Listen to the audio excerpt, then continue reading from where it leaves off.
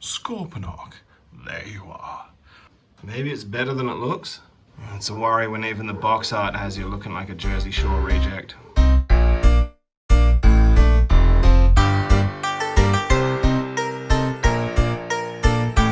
Well, this is exceptionally underwhelming. He's very, very average. He has some really DeVito-esque proportions and dimensions to him. Like, I know he wasn't one of the biggest dudes around, but like, you know, he had that whole kind of squat down, hunkered, like big shoulders and hunchback thing going on where he still seemed like he could scrap. I mean, like this, he looks like he should be getting freaked out by Princess Leia taking off her helmet. Stakuza Krish. Like, I suppose the sculpt in a lot of ways is nice. Like, the chest isolated looks good.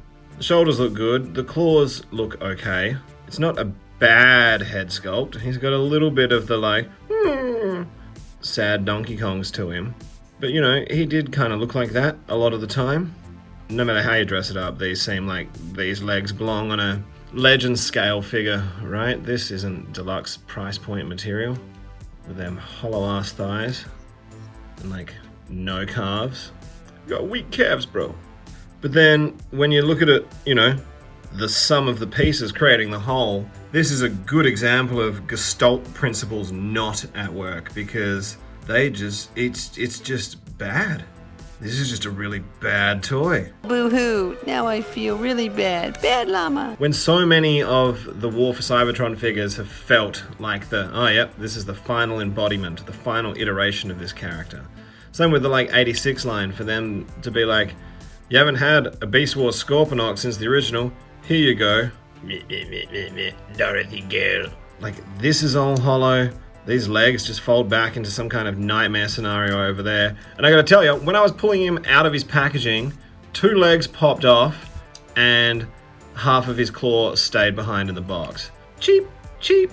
Right? It's nice, I guess, that they threw in the Cyberfly and his missiles. I guess he's got reasonable articulation out of his arms. Like, it's kind of that Dinobot scenario where you got the uppity, and then if you want, you can spin it, fake it, bend it, twist it, spin it, pop it, clamp it. Then his head's on a little bit of a ball joint, but you can't really get anything out of it because he has no neck to speak of. Just straight Uncle Fester in it. He has a bit of waist articulation, but because of all the nonsense going on in his back, where he's pretty much like, you know, just got a whole scorpion on his back. There is a scorpion on my back! Fred, there's nothing on your back! Thank you. You don't actually really get the full rotation out of that waist. It's more of like a convenience from transformation than any kind of intentioned real waist swivel. Don't look at me! So that hadn't happened before, trying to open it. And it's like, it's really not a lot of pressure that I was applying onto that. I guess this was a throwover from the show. These guys were forever explogoing and yo-going all over the place. Good as new. He's got a universal at his hip, thigh swivel, pretty good knee bend because of transformation, but again, he's like little Mario. You know what I mean? It's not anyone's desired final form. You want to get a mushroom. You want to one-up this. Ugh. Ankle rotation, a bit of back and forward, sort of. Like, you'll see in transformation, it's a thing. So yeah, that's a look at his doofus robot mode. Maybe, like, let's have a look at some comparisons so we can see just how bad he is and how awful he looks next to everyone else who is significantly cooler than him. It's like, not even a passing resemblance to Astro Train redeems this figure. Also, just while we're on it, how huge a diss was it to turn him into like kind of anonymous drone in the Kingdom show? Didn't even really explain that. God, that show is bad. This Skorponok is the that show of toys. There's bits you like, but on the whole, it just leaves you being like, oh, would I have been just better off with nothing? I think I'd have been better off with no Skorponok than this Skorponok. You can detach this waist section a little bit. It doesn't really stay there, but the advantage there is that it gives him a tiny little bit more height, and it lets him ab rock forward a little bit to give you some more of that traditional Skorponok body language. Given the weak ball joint of the head, it doesn't do a hell of a lot for it. Just take a look at this diminutive dork, would you? He is teeny tiny. He looks like he should be trying to get in at Paddy's pub. You're a pit of despair. Frank, you disgust me. You disgust everyone.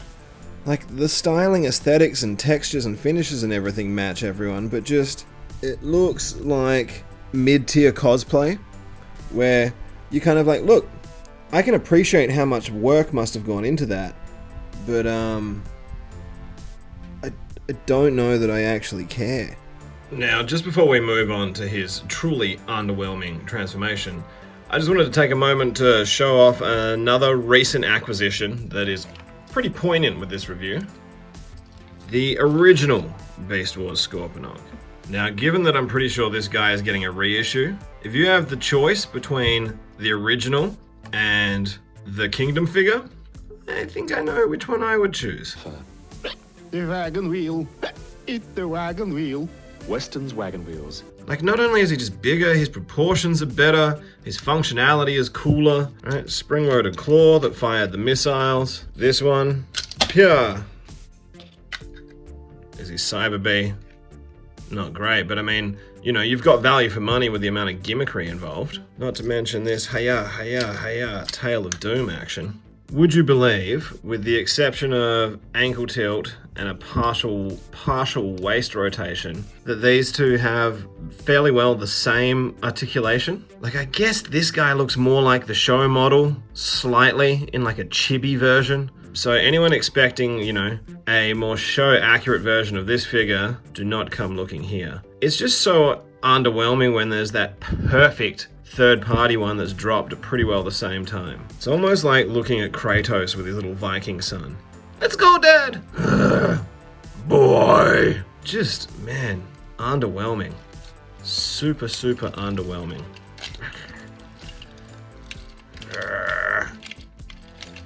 You failed me for the last time, boy. So his transformation is as simple as it is terrible.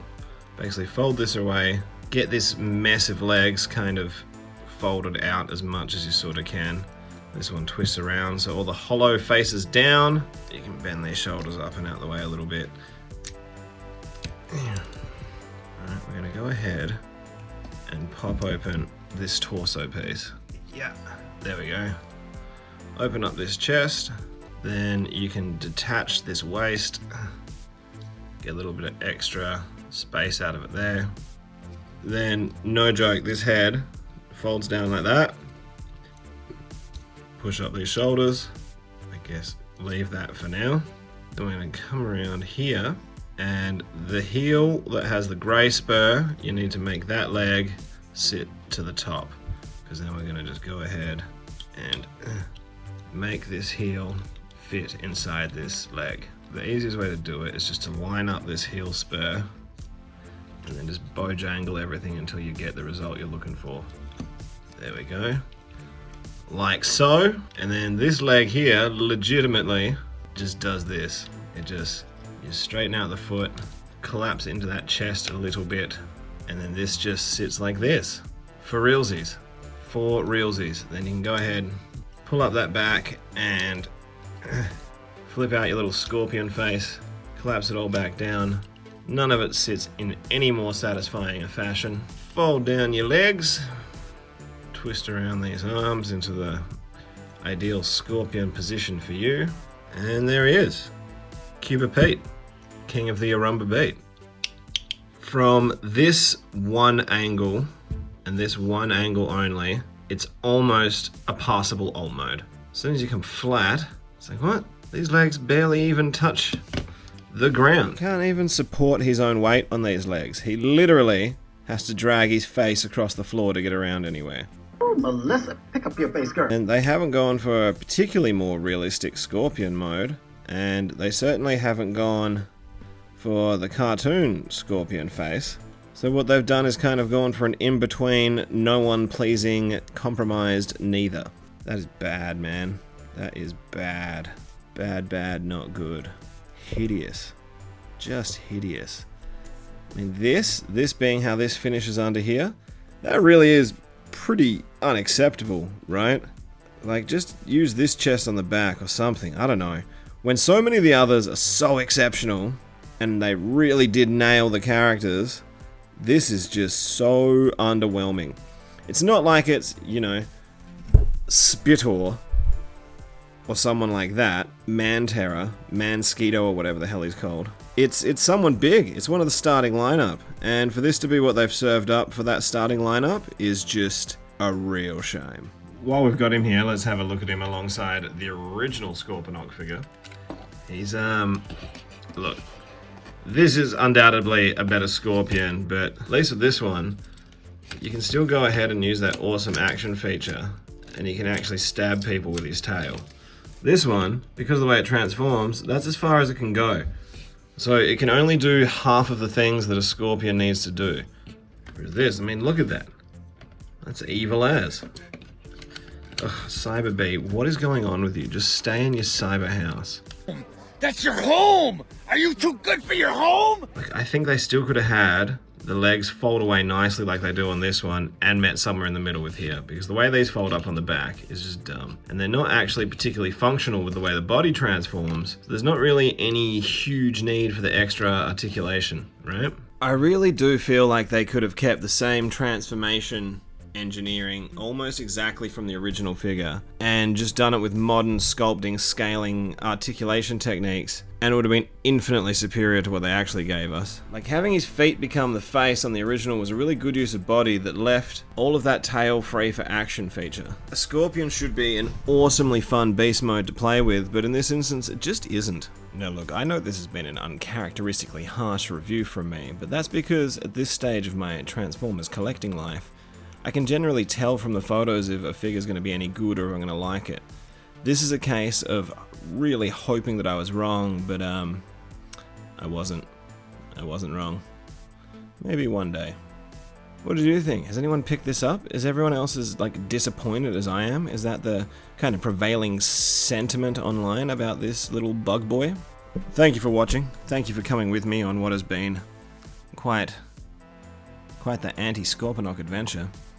Be sure to like and subscribe and comment and all that jazz if you want to see more. And until next time, I think there's just one thing left to do with this bug.